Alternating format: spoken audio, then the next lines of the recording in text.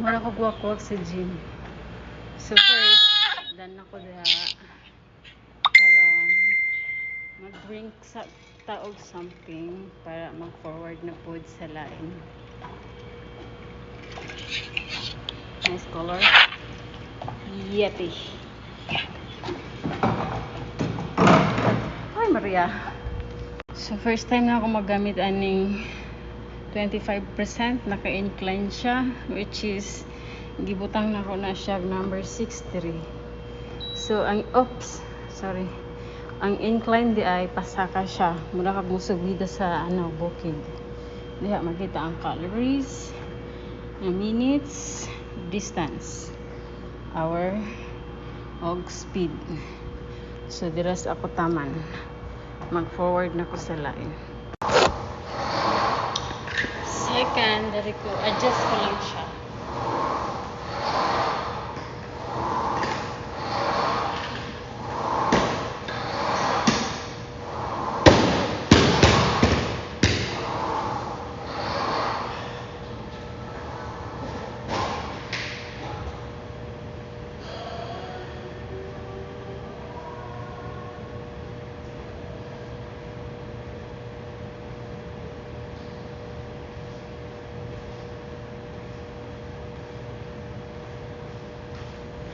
So, wala ta kabalo sometimes kung ang nagagamit is kanang kagiron or na yung mga uli-uli.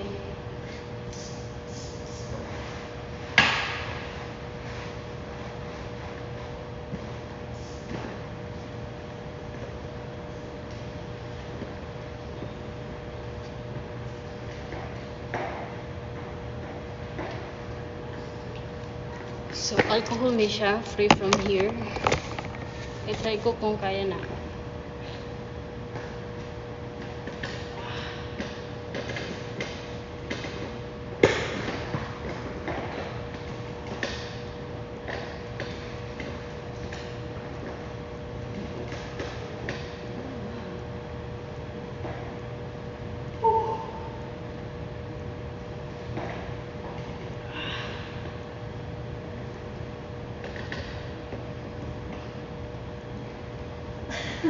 Ang bigat.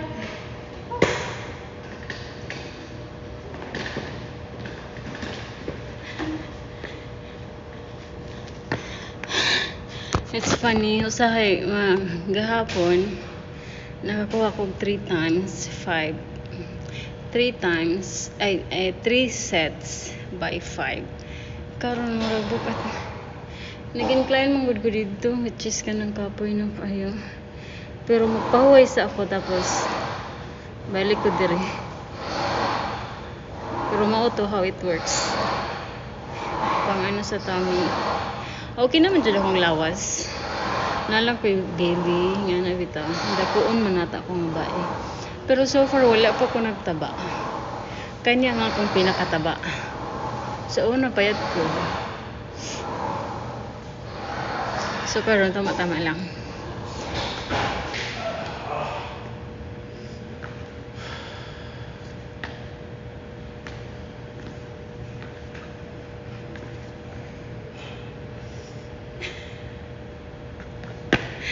Inatay. Magsa second attempt ako kung at least 2 or 3. Parang bigat katawan ko ngayon ah.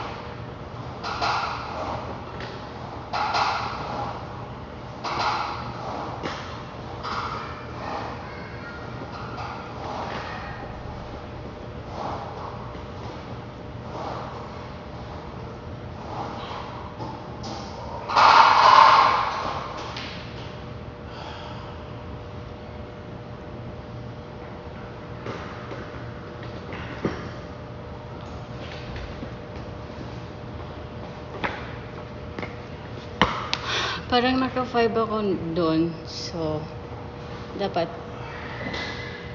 3 sets siya and 5 times. So, napakoy duha.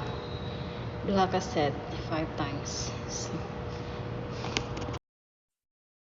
hi everyone! So, kakabalik lang sa bahay kasi nagpa-renew si Jowa ng ano niya. Ano ngayon? Visa. So, 2 months worth of 3,800 something. Tapos, nag-adto mi na ngayon mi sa gawa sa isa sa kanang favorite na mga restaurant. While naglingkod ko sa sa table, he go somewhere. But now, we're going to see what he bought. Charison sa daw. Practice lang, good na ra siya.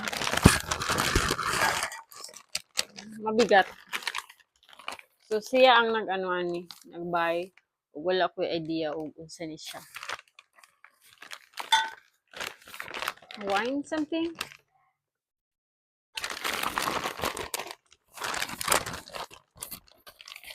Uy, Maria. Ang boto kong sani, pero ulala. Yung joke niya, ano daw niya? Ano daw sa kuha? Regalo daw. Makes sense. Extra virgin olive oil made in Spain. As in, nag-travel pa siya, girl. From Spain. 1 later. Grabe ka, bantog grab at kaayo. Abi na ko wine. Sinapay isa. Resibo. Ano man eh? Ay, naka-signature jud ba? Ang isa wala. Balsamic vinegar of Modena. Modena. From Spain gihapon, pero nagkaano sa ilahang Adikule talaga Capri, which is the name of the restaurant, Capri. So it makes sense nganong nagbuy siya ani. Actually, kani di ay gamiton ni sa bread. Kung kinsay nakaadto na sa Capri restaurant is one of our favorite restaurant. Bago lang sila nag-open mga last year. So far 3 times na namo dito nagkaon. Pangunahan na po mo ingon nga nga wala daw ako naka boyfriend, dili daw ako maka mga ingon ana. Well, I'm lucky. And nakapasalamat ko ingon ana. O wala ko'y boyfriend, ikaw makalibre ba? Of course not. So, mao to siya, gamit ni siya para sa bread. Kung kinsay nakaadto na sa Capri, nagkakaon na dito, mao ni ang ginagamit nila sa ilahang complementary bread, which is i-mix lang na siya, nya ituslo-tuslo lang. Lami siya, as in, lami siya. So, nag-buy di ay siya ani para magpalit na lang mig bread, nya ituslo na mo ni si extra virgin olive oil, ihalo si balsamic vinegar of Modena, ihalo sila, tapos just tuslo your bread. So, mga lang to, nag-share lang ko. Oh, tanawon din na to pila. Kaya wala ko idea. As in,